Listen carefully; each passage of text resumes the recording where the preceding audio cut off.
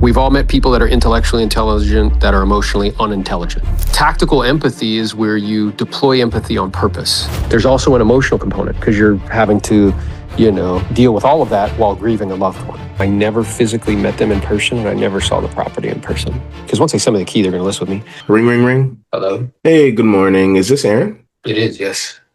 Hi, good morning, Aaron. This is Carl. I'm a local realtor. I was calling about the estate of John Doe. I was just calling to see if the estate had any plans on selling the real property anytime soon. How did you get this information? Yeah, that's a great question, Aaron. I work. No, I don't want to say I work, but I actually it's all public information for better or for worse. And so what I actually do is I go down there to the courthouse and see who's recently going through these situations so I could reach out and see if I could be of any service. So Aaron, do you think based on where the family's leaning at this point in time, do you think this family might be looking to sell the real property or actually maybe hold on to it? We don't know what we're going to do next. Yeah, that's fair, Aaron. That's fair. And you know what we do okay.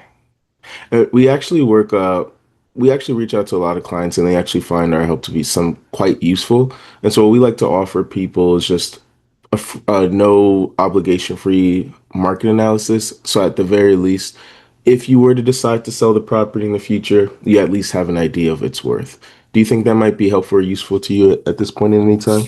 I don't know. It's a little premature. I've been on some of these sites that give me kind of ideas of value. But you're welcome to call me back in I don't know, maybe a couple months or something. Yeah, definitely. I'll definitely write that down and call you back in a couple of months, Aaron. And Aaron, what we also do for other families because they actually find it to be quite helpful is to provide some recommendations on vendors nearby. If state sales, clean out crews, any contractors. Do you think that might be helpful or useful to you at this point in time? Yeah, again, maybe at some point, but you can shoot me an email. I'm okay with that. Okay, got it. And what's the best email for you? Blankety blank. Blankety blank. Okay, got it. Okay. Okay, and this is kind of where I'm stuck right now, where, I know I have to dig a little bit deeper, but it's like, how do I dig a little bit deeper? Yeah, it's good. All right, so this is good. It's very realistic. So a couple things I noticed is at the beginning, you went right into hey, you want to sell this thing? I always like to deploy tactical empathy at the beginning. Mm-hmm. So it's hey, my name is Aaron. I'm a local real estate agent. I was reaching out to you because my head researcher pointed out to me. So you see how I asked you, where'd you get this information from? Yeah. I deal with that up front because I know that they're probably going to ask me. So yeah, my name is Aaron. I'm a local real estate agent. The reason I was calling here in blank, wherever the property is, the reason I was calling is because my head researcher pointed out to me that very shortly, if not already, you will be appointed the personal representative in the, forgive my pronunciation, Smith estate. Mm-hmm. And I realize, I do sincerely, that I may be, a little premature in some way. I was calling very respectfully, of course, with regards to the real property on 1265 Plum, simply just to find out if ultimately the goal and objective of yourself and your family at some point, looks like Susie and John and Tim, was to get that property on the market and to get it sold.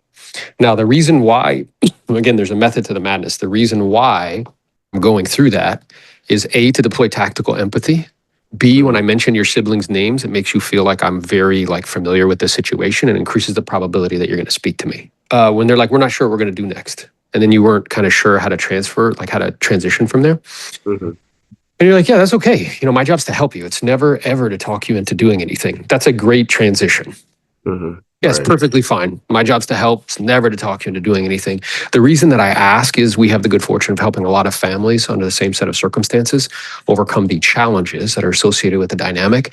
And I do find that when families are in that kind of decision-making stage on what to do, and either way is fine, of course, whether to sell or not to, oftentimes it can be helpful or useful for them to get a clear, realistic picture of equity, right? So in other words, and I'm clear that is an if you did decide to sell the real property in its current condition in the current market, what would be the most amount you could expect to receive and net bottom line, what the proceeds would be to you and your family when it all shakes out? Do you think that would be helpful or useful information for you? Yeah. Then when he pushed back and was well, I've kind of been on I'm aware that those sites, they could give estimates of value. At the same time, I don't know if you know this, buried in their definition of their estimate, they let you know that they could be plus or minus 7 to 10%, depending on geographic area. So it's a really big spread. And I find that when families are making those decisions that are like really important, they really want to be as precise as possible. So getting a clear picture of equity from a local professional and tighten that window for you so you guys can make the best decisions possible. I guess I'm wondering, and then I move on. Mm.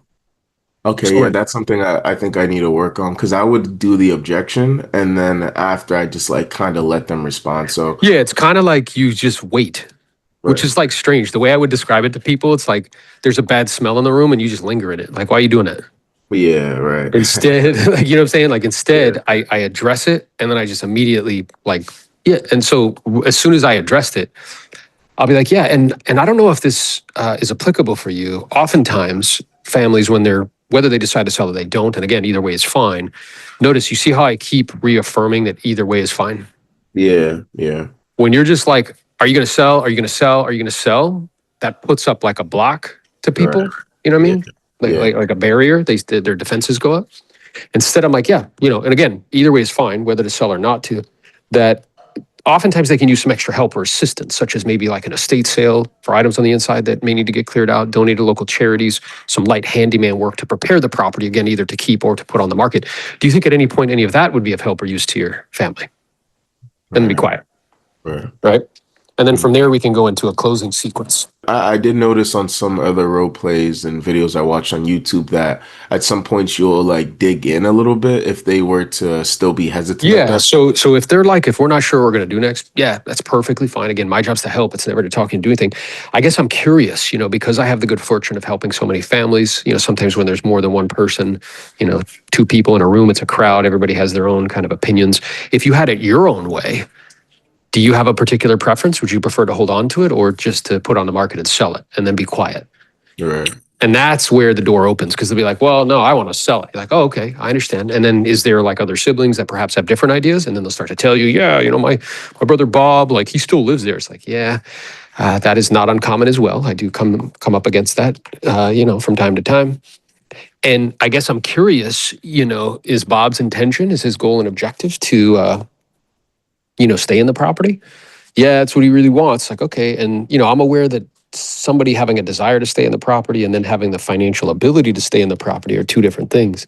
So I'm curious. My intention asking is to be nosy just to see if I could give you any more information that could be helpful or useful in some way. Do you think he actually has the financial ability to like buy out the other siblings and keep the home? Or is it more so wishful thinking? And they'll tell you, they'll be like, nah, he doesn't have any money. It's like, okay. So it sounds like with a high degree of probability, the property is going to be sold. It's just a question of trying to like maintain familiar harmony until you get to that point. Is that right? Right. Right. And then you can keep digging around the situation. You see what I'm saying? So like Yeah. Yeah. what you were initially doing is like kind of like the elementary intro, Mm-hmm. and we can tweak that so we can deploy tactical empathy. Mm-hmm. And you know, getting better at those bridges, like how to get from one place to the next. Yeah, that's Right. okay. My job's to help you. It's never talking you to do anything, like that sort of thing. Then the next level to that is to dig around the situation so you can get a clear picture as to what's what, so they can start to share with you information. And then you'll know if they're actually going to sell or they're not. Right. Right. Because if we're able to dig around and then create, just understand more, then whatever they say, it's like, yeah, so it looks like more likely than not, it looks like more likely than not, you guys might be looking to sell in the future. And then you can kind of go for the closing sequence. Is That's that right. And then Ali, who's in the chat right now, he said, "What is tactical empathy?" So there's intellectual intelligence and there's emotional intelligence. Yeah, we've all met people that are intellectually intelligent that are emotionally unintelligent. Yes. Mhm. So tactical empathy is where you deploy empathy on purpose. So in other words, like sympathy is where you feel for somebody. Empathy is where you feel with them. Mhm. So when I say to you, like, yeah, you know, I was calling very respectfully, of course, and you hear what's happening in my tonality. Like you can hear that I'm empathetic to your situation. Like I was calling very respectfully, of course, with regards to the real property on 1265 Plum Street. I realize, you know, I do sincerely that I may be a little premature in some way. I was reaching out simply just to find out if ultimately the goal and objective of you and your siblings, Susie, Tom, and Jim, at some point was to get that on the market and to get it sold. So in other words, what I'm acknowledging through my tonality and words is that I understand that there's two components. One is the practical component, which is the tangible personal property, you know, like the contents, and the real property, the house, and dealing with all of that. That's practical. There's also an emotional component because you're having to deal with all of that while grieving a loved one. Right. Does that make sense? Makes a lot of sense. And, you know, Aaron, I'm even curious too, how does the listing presentation differ in the probate from the one that we normally do with like expireds for sub owners, et cetera?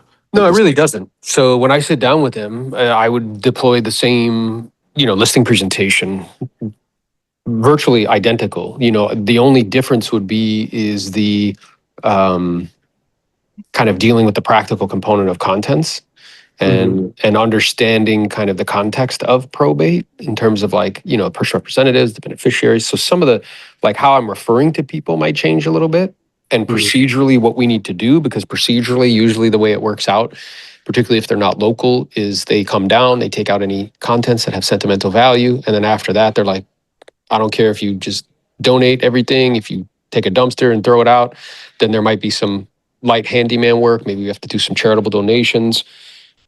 And then we can, proceed and get on the market for sale. And then there's some other components of like purchase and sales agreements and listing agreements and language that needs to be in the additional terms and conditions.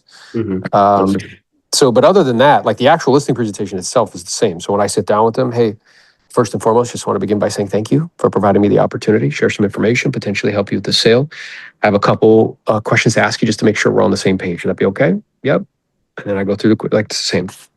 And then maybe after price, you just talk about the probate process, like where you Yeah, are. so after we've agreed on price, then I would just explain to them like, hey, what we're going to do is we're going to put in the additional terms and conditions, like I might explain to them procedurally how we can put in and again, I'm not an attorney for anybody who's listening or is watching. I'm just sharing with you, my experience Hmm. is in the additional terms and conditions, I would write that the seller, gives like this listing agreement is, um, subject to John Smith being appointed personal representative in the blank estate if they aren't already, right?